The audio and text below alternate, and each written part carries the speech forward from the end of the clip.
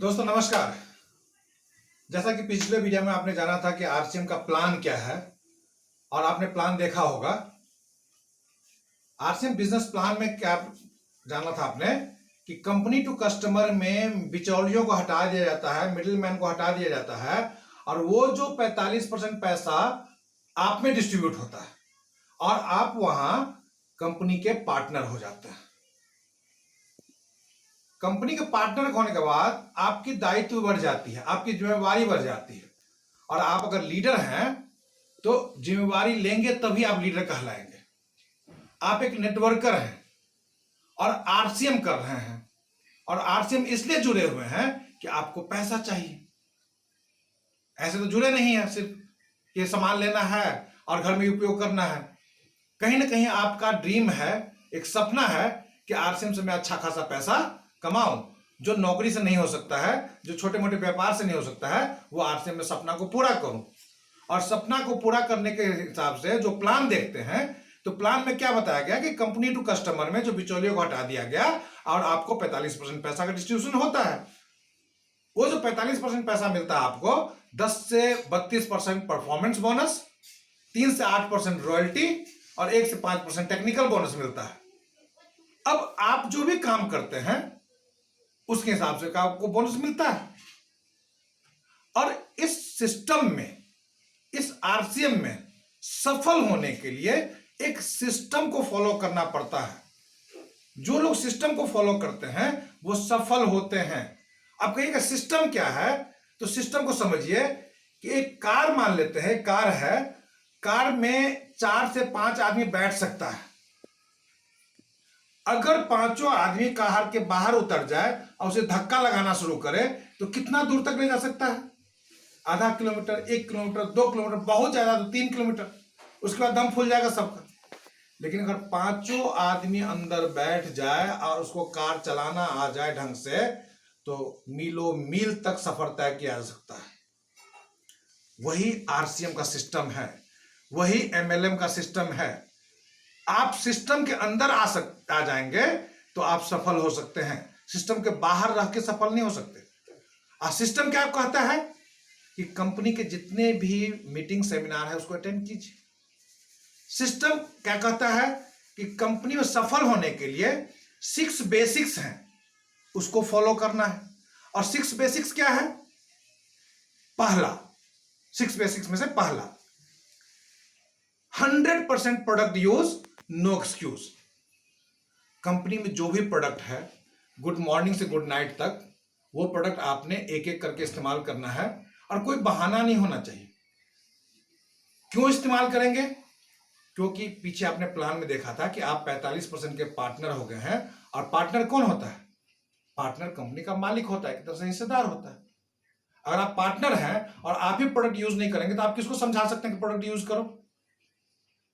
तो पहला जो नियम है, इसका रूल है 6 बेसिक का कि 100% प्रोडक्ट यूज, नो एक्सक्यूज, क्योंकि आप कंपनी के हिस्सेदार हैं। दूसरा कि आप लिस्ट बनाइए, अपने ड्रीम के लिस्ट बनाइए, अपने बच्चों के ड्रीम की लिस्ट बनाइए, अपने माँ बाप के ड्रीम का लिस्ट बनाइए और उन लोगों का लिस्ट बनाइए जिसको आप सिस्टम समझाना चाहते हैं, जिसको आरसीएम बताना चाहते हैं, जिसको नेटवर्किंग समझाना चाहते हैं, जिसको अपनी टीम में लाना चाहते हैं।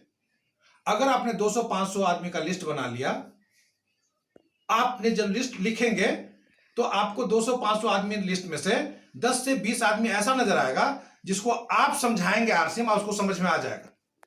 और जब उसको समझ में आ जाएगा 20 आदमी को, तो उनको घर में भी पैसा आएगा और आपको भी पैसा आएगा।